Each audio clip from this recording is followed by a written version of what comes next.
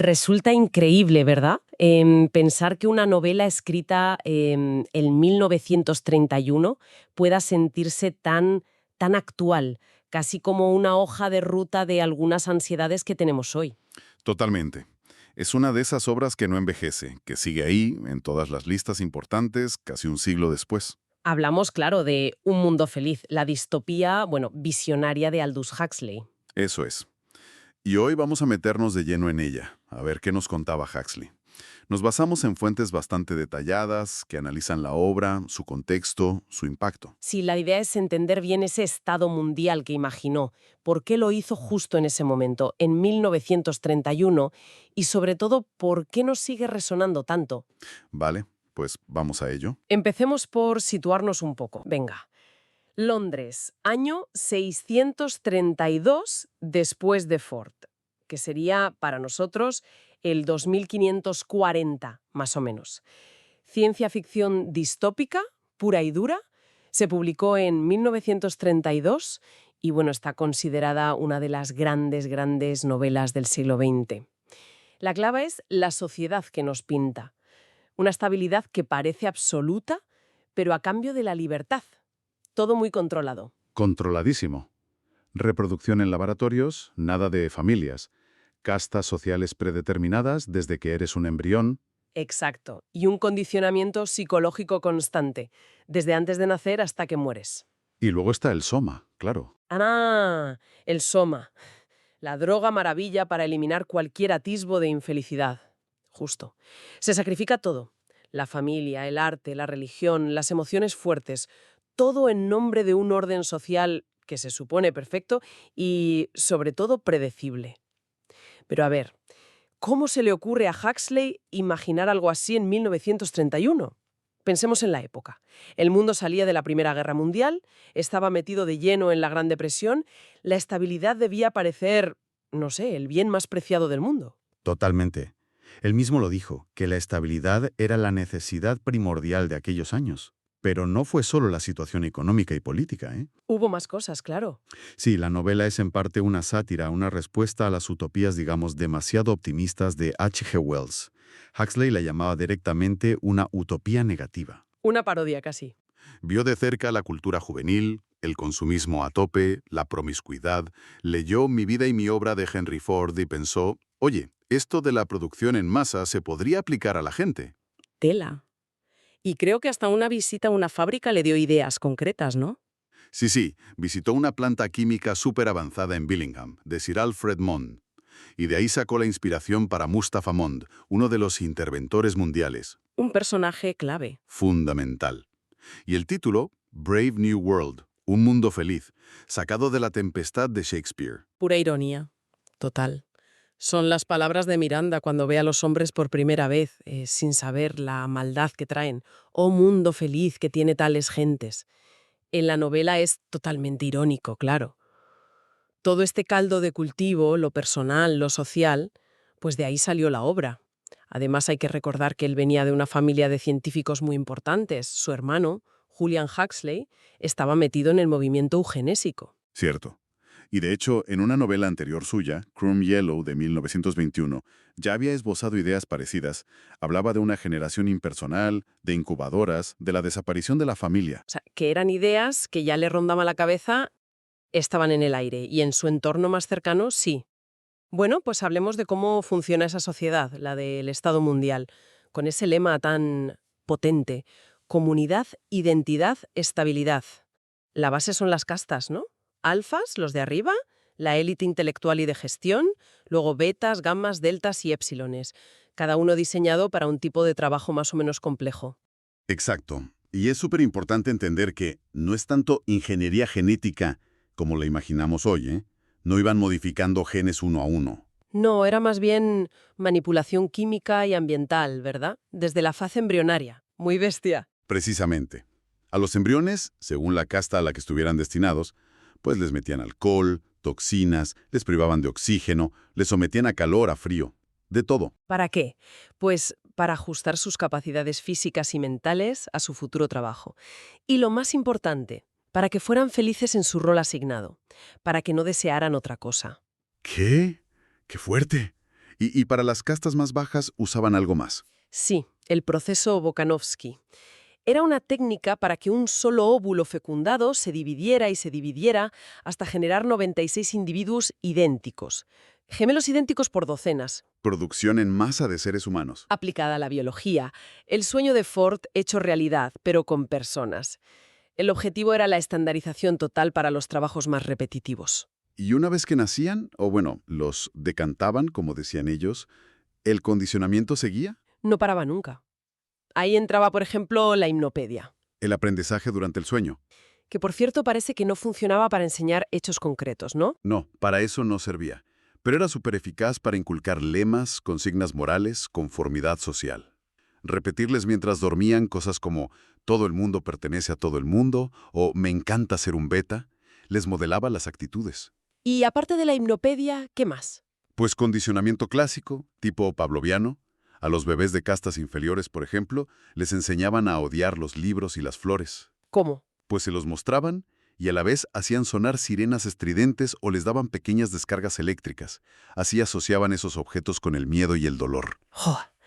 ¡Qué retorcido! Y si a pesar de todo este condicionamiento brutal, algo fallaba, si alguien sentía un poquito de angustia o de insatisfacción, Ahí estaba el soma, la solución mágica. tenía cualquier emoción negativa, cualquier pensamiento crítico. El control no era por la fuerza bruta, como en otras distopías. No, era mucho más sutil. Era un control por el placer inducido, por el condicionamiento profundo. Y aquí es donde la visión de Huxley se pone, yo creo, realmente interesante y perturbadora. Y para asegurar esa estabilidad tan anhelada, claro, tenían que eliminar todo lo que pudiera, digamos, desestabilizar. Todo. La familia, fuera. El parto natural, considerado algo obsceno, primitivo. Las relaciones monógamas o el amor romántico, mal vistos. Fomentaban la promiscuidad total. Todo el mundo pertenece a todo el mundo. Ese era el lema. Las emociones fuertes, la pasión, el dolor profundo. Todo eso se evitaba o se suprimía con soma. El arte elevado, la literatura compleja, como Shakespeare, prohibido. ¿Por qué? Porque te hace pensar, sentir cosas intensas, cuestionarte.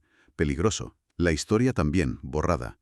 La religión tradicional, sustituida. Sustituida por una especie de... Culto a Henry Ford, ¿no? Sí, una religión secular. Se decía nuestro Ford en lugar de nuestro Señor. El calendario empezaba con el lanzamiento del modelo T, el año 1 después de Ford. Las cruces cristianas se habían convertido en Ts por el modelo T. Increíble. Los principios de Ford, la producción en masa, la uniformidad, el consumismo de usar y tirar, lo impregnaban absolutamente todo. Hasta la reproducción. Mencionaste antes las castas. Bueno, pues el 70% de las mujeres eran esterilizadas hormonalmente durante el desarrollo fetal. Las llamaban free martins. Todo para controlar la población y la producción. El precio de esa estabilidad era, vamos, altísimo. La pérdida total de la individualidad, de la profundidad humana, de la libertad intelectual. Pero claro, como en toda historia interesante, incluso en este sistema que parece tan perfecto, aparecen grietas. Personajes que no terminan de encajar. El principal, yo diría, es Bernard Marx. Es un alfa plus, de la casta más alta, pero es bajito, se siente inseguro, resentido. No encaja del todo bien. Es más crítico con el sistema, ¿no? No le va mucho eso de la promiscuidad obligatoria, por ejemplo. Exacto. Y luego está Lenina Crown. Ella es una beta, guapa, popular, bastante bien condicionada en general, pero tiene una pequeña peculiaridad. Tiende a tener relaciones un poco más largas de lo normal con un solo hombre, algo que se ve raro. Y el punto de inflexión de la trama es cuando estos dos, Bernard y Lenina, hacen un viaje. Sí, un viaje clave. Van a la Reserva Salvaje de Nuevo México, una de las pocas zonas del planeta donde la gente vive todavía a la antigua. Y ahí ven el contraste total. Brutal. Ven nacimiento natural, vejez, enfermedad, rituales religiosos, estructuras familiares, todo lo que ha sido eliminado en el Estado mundial. Y allí encuentran a dos personas muy importantes. A Linda y a John. Exacto. Linda es una mujer beta que se perdió allí hace años durante una visita. Tuvo un hijo, John, que se ha criado en la reserva, pero con las historias que le contaba su madre sobre el otro lugar, el mundo feliz. Y con un libro muy particular. Sí, encontró un libro viejo con las obras completas de Shakespeare. Y eso, junto con un manual científico que también encontró, fue toda su educación. Así que John es un personaje fascinante. atrapado entre dos mundos. Totalmente. Y él es el verdadero catalizador del conflicto. Cuando Bernard, que ve en John una oportunidad para ganar prestigio, se los lleva a Londres. Ahí empieza el choque cultural de verdad. Claro, porque John llega con sus valores basados en Shakespeare, el amor romántico, la virtud, el honor, el sufrimiento como parte de la vida, y choca frontalmente con la superficialidad, el hedonismo, la sexualidad desinhibida y programada del mundo feliz. Su visión del mundo, y sobre todo su visión del amor y de Lenina, a la que idealiza al principio, es completamente incompatible con esa sociedad. Esto plantea preguntas muy gordas, ¿no? Sobre naturaleza versus cultura, sobre cómo los valores que nos inculcan, ya sea Shakespeare o la himnopedia, definen cómo vemos la realidad. Sin duda. La vuelta a Londres es un bombazo. Lo primero que hace John es llamar padre al director del Centro de Incubación y Condicionamiento delante de todo el mundo. Que resulta ser el hombre que abandonó a Linda en la reserva años atrás. Exacto. El escándalo es mayúsculo. El director tiene que dimitir. Y Bernard por un tiempo se convierte en alguien famoso por ser el guardián del salvaje. Pero la fascinación por John no dura mucho, ¿verdad? Él empieza a ver la realidad de esa sociedad. Sí, se desilusiona muy rápido. Ve el vacío, la falta de sentido, la superficialidad. Rechaza ese mundo. Tiene un conflicto muy fuerte con Lenina, porque sus ideas sobre el amor y el sexo son radicalmente opuestas. Y la muerte de su madre, Linda, es otro momento clave. Tremendo. Linda, que no soporta la vida sin Soma en Londres, muere de una sobredosis. Y John reacciona con un dolor profundo, desgarrado, algo que en esa sociedad condicionada para aceptar la muerte sin pena es visto como antisocial, escandaloso. Claro, en el hospital los niños están condicionados para ver la muerte como algo normal, sin importancia. Y el dolor de John les parece obsceno. Después de eso, en un arrebato de desesperación, intenta liberar a un grupo de deltas tirando sus raciones de Soma, diciéndoles que es veneno. Provoca un motín. ¿Y esto ya es la gota que colma el vaso? Sí. Acaban deteniendo a John, a Bernard, que intentaba ayudar pero de forma cobarde, y a un amigo de Bernard, Helms Watson. Helms es otro personaje interesante. También un alfa plus, pero inconformista. Sí, él es escritor de propaganda, pero siente que su talento está desperdiciado en lemas superficiales. Busca algo más profundo. Y a los tres los llevan ante Mustafa Mon, el interventor mundial de Europa Occidental. Que resulta ser un personaje súper complejo. No es un simple villano. Para nada. Es un alfa plus brillantísimo. Él conoce perfectamente la historia. Sabe lo que se ha sacrificado. Ha leído a Shakespeare, conoce el arte, la ciencia que han prohibido. Y defiende el sistema. Lo defiende con una lógica implacable, casi fría. Argumenta que el arte, la ciencia libre, la verdad, todo eso genera inestabilidad, infelicidad, guerras, que han tenido que sacrificarlos en nombre de la estabilidad y la felicidad universal. Es un utilitarismo llevado al extremo. Justifica las castas, el condicionamiento, dice que es el precio necesario a pagar. Pero John no acepta esa lógica. Se niega en rotundo, y tiene esa famosa frase donde reclama el derecho a ser infeliz. El derecho a la enfermedad, a la vejez, al miedo, al pecado, al dolor. A todo lo que significa ser humano con lo bueno y lo malo. Rechaza esa felicidad artificial y controlada. ¿Y qué hace Mond? A Bernard y a Helmholtz los destierra a islas, que es donde envían a los inconformistas interesantes, a los que no encajan pero tienen algo que aportar. Helmholtz, de hecho, lo ve como una oportunidad para escribir libremente. Pero a John no le deja ir. No. Mondiz dice que quiere seguir con el experimento. Quiere ver qué pasa con alguien que elige ser infeliz en su mundo feliz. Y el final es Demoledor. trágico. John intenta retirarse a un faro abandonado para purificarse, vivir una vida ascética e incluso se autoflagela. Pero no le dejan en paz. Se convierte en una atracción mediática, ¿no? Sí, un cineasta lo graba en secreto y la película El salvaje de Surrey es un éxito. Empiezan a llegar multitudes al faro para verlo como si fuera un animal de zoo. Lo acosan. Totalmente. La presión es insoportable. Un día llega Lenina, atraída también por la curiosidad o quizás por algo más. John, al verla, explota de furia y deseo reprimido. Empieza a azotarla y a sí mismo. ¿Y la multitud? La multitud, excitada por el espectáculo y probablemente bajo los efectos del soma que les tiran desde helicópteros, entra en una especie de histeria colectiva, una orgía de violencia y sexo. Y John se ve arrastrado. ¡Qué horror!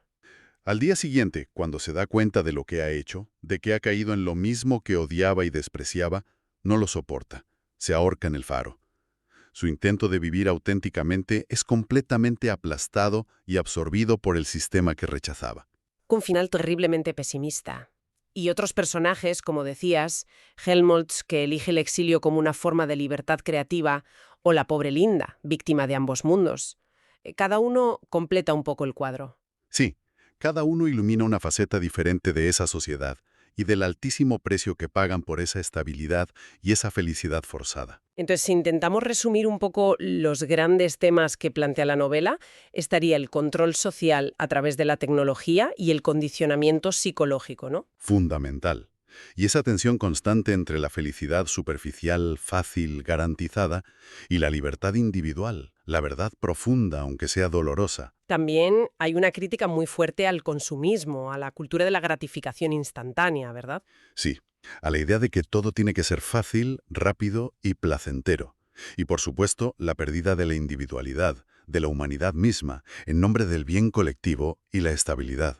Y una mirada muy satírica, muy crítica, a la ingeniería social llevada al extremo, a la idea de diseñar seres humanos para un fin predeterminado. Y claro, al hablar de distopías del siglo XX, la comparación con 1984 de George Orwell es casi inevitable, aunque son muy distintas. Muy distintas en sus métodos de control, sí. De hecho, Huxley le escribió una carta a Orwell después de leer 1984. Así. ¿Y qué le decía? Pues venía a decir que, aunque en 1984 era brillante, él dudaba que el control basado puramente en el dolor y el miedo, la bota en la cara, como decía Orwell, fuera sostenible a largo plazo. ¿Y qué proponía Huxley como más eficaz? Su método, claro. El condicionamiento desde la infancia, la gratificación constante con drogas como el soma, la ingeniería social, hacer que la gente ame su servidumbre, que no desee la libertad porque ni siquiera entiende qué es. Creía que ese control blando sería mucho más eficaz y duradero. Muy bueno sobre esto de Neil Postman en su libro Divertirse hasta morir. Sí, es genial como lo plantea. Postman decía algo así como: Orwell temía a los que prohibían libros, Huxley temía que no hubiera razón para prohibir libros porque nadie quisiera leerlos, Orwell temía a los que nos privarían de información. Y Huxley temía a los que nos darían tanta información que quedaríamos reducidos a la pasividad y el egoísmo. Orwell temía que nos ocultaran la verdad. Arruinara. Huxley temía que lo que amamos, el placer, la diversión constante, fuera lo que nos arruinara. Es la diferencia entre el control por el dolor y el control por el placer condicionado. Por eso mucha gente, como decía por ejemplo Christopher Hitchens, ve que nuestra sociedad actual, tan hedonista, tan saturada de entretenimiento fácil, tiene quizás más ecos de Huxley que de Orwell. Es una visión que da mucho que pensar, la verdad. Y sobre la novela de Huxley, también es importante aclarar un malentendido bastante común, ¿Cuál? que a veces se interpreta como una novela sobre mejora genética o bebés de diseño. Y no es exactamente eso. De hecho, en El Mundo Feliz practican la disgenia sistemática con las castas inferiores. O sea que las deterioran a propósito. Sí, deliberadamente, con químicos, falta de oxígeno. El énfasis no está tanto en manipular el ADN para crear superhumanos, algo que Huxley tampoco podía conocer en detalle en 1931, sino en el condicionamiento químico, ambiental y psicológico, prenatal y postnatal. La ingeniería es más social y psicológica que puramente genética. Aunque él, como decíamos, venía de un ambiente familiar con ideas eugenistas. Sí, su hermano Julian era un eugenista prominente, y Aldous mismo tuvo ciertas simpatías iniciales. Pero la novela, yo creo, se lee mejor como una crítica feroz, una sátira terrible de lo que pasaría si esas ideas se llevaran al extremo. Muestra la deshumanización total que eso implicaría. Su preocupación central parece ser el totalitarismo blando, facilitado por la tecnología y la ingeniería social, y la pérdida de lo esencialmente humano. ¿Y cuando salió? ¿Cómo se recibió? Me imagino que no dejaría indiferente a nadie. Pues la recepción inicial fue bastante mixta, la verdad. Hubo gente que la elogió mucho, como Rebecca West o Bertrand Russell. Otros la criticaron. Con el tiempo eso sí se consolidó como un clásico indiscutible. Y supongo que también ha sido objeto de censura y polémica. Muchísimas veces. Ha estado constantemente en las listas de libros prohibidos o cuestionados, sobre todo en Estados Unidos. Desde el principio, en Irlanda la prohibieron en 1932 por considerarla antifamilia, antirreligión, por el lenguaje. Y más recientemente también, ¿no? Sí. Ha habido casos de retiradas de escuelas en EU por temas como el sexo explícito, el uso de drogas, el lenguaje considerado ofensivo, insensibilidad, racismo. Sigue siendo un libro que genera debate y controversia. También se ha hablado a veces de posibles influencias o incluso de plagio. Sí, es un tema recurrente. Se han señalado similitudes con una novela anterior de Rose Macaulay llamada What Not, o con Nosotros, del ruso Yevgeny Zamyatin. Orwell creía que Huxley se había inspirado en Nosotros, pero Huxley siempre lo negó. Puede ser que simplemente reflejaran preocupaciones similares de la época. Es muy probable. A principios del siglo XX había un gran debate y una cierta ansiedad sobre el rumbo que tomaban la tecnología, la ciencia, la organización social. Es normal que diferentes autores exploraran temas parecidos. Y Huxley no dejó el tema ahí, volvió sobre estas ideas años después, ¿verdad? Sí. En 1958 publicó un ensayo muy interesante titulado Un mundo feliz revisado, o Retorno a un mundo feliz, según la traducción. ¿Y qué decía ahí? Pues básicamente evaluaba si el mundo real se estaba acercando a la distopía que él había imaginado casi 30 años antes. Y su conclusión era bastante sombría. Creía que sí nos acercábamos. Creía que nos acercábamos mucho más rápido de lo que él mismo había pensado. Analizaba factores como la superpoblación y, sobre todo, los nuevos métodos de control que veía surgir. La propaganda sofisticada, las drogas, la sugestión subliminal. Veía sus predicciones cumpliéndose a una velocidad alarmante. Pero él también propuso alternativas, ¿no?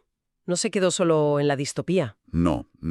Ya en el prólogo que escribió para una reedición de la novela en 1946, y también en Retorno, habló de una posible tercera alternativa. ¿En qué consistía? Pues en una sociedad más descentralizada, quizás inspirada en ideas de Kropotkin o Henry George. Una sociedad donde la tecnología estuviera al servicio del ser humano, no al revés, y donde hubiera una búsqueda espiritual más profunda, un enfoque en lo que él llamaba el fin último del ser humano. Ideas que luego exploró más a fondo en su última novela, que era una utopía, La Isla, publicada en 1962. Así que no era solo pesimismo, también buscaba salidas. Intentaba, sí, aunque quizás es más recordado por la potencia de su advertencia distópica. El legado de un mundo feliz es innegable. La expresión misma, un mundo feliz, la usamos constantemente. Se ha convertido en una especie de etiqueta para cualquier futuro que nos parezca tecnológicamente avanzado, pero inquietante, deshumanizado. Totalmente. Ha influido en incontables obras de ciencia ficción, en el pensamiento social. Se han hecho adaptaciones de todo tipo. Radio, cine, series de televisión, teatro. Sigue muy, muy vivo. En resumen, podríamos decir que Un mundo feliz no es solo una novela de ciencia ficción, es mucho más. Es una advertencia increíblemente lúcida que sigue vigente y una reflexión profundísima sobre quiénes somos, qué valoramos, hacia dónde podríamos ir con la tecnología y, sobre todo, qué precio podríamos estar pagando o dispuestos a pagar por una cierta idea de felicidad y de estabilidad impuestas. Exacto. Y esa es la pregunta final, la que nos deja flotando a la novela, tan relevante hoy, quizás más, que en 1931. ¿Cuánto de nuestra propia sociedad, de nuestro día a día, resuena con ese estado mundial? Pensemos en nuestra relación con la distracción constante, con los móviles, las redes. Los reguladores del estado de ánimo, ya sean fármacos o la gratificación digital instantánea. La presión hacia la conformidad, aunque sea sutil en el consumo, en las redes sociales. La búsqueda constante de la comodidad, de evitar cualquier fricción, cualquier dificultad. Huxley nos obliga a preguntarnos, ¿cuánta verdad, cuánta profundidad, cuánto de nuestra compleja, y sí, a veces dolorosa, humanidad estamos dispuestos a sacrificar, quizás sin darnos cuenta, a cambio de seguridad, de comodidad, de una versión light y superficial de la felicidad? Y no hace falta un estado mundial explícito como el de la novela para que esa pregunta sea importante, ¿verdad? Para nada.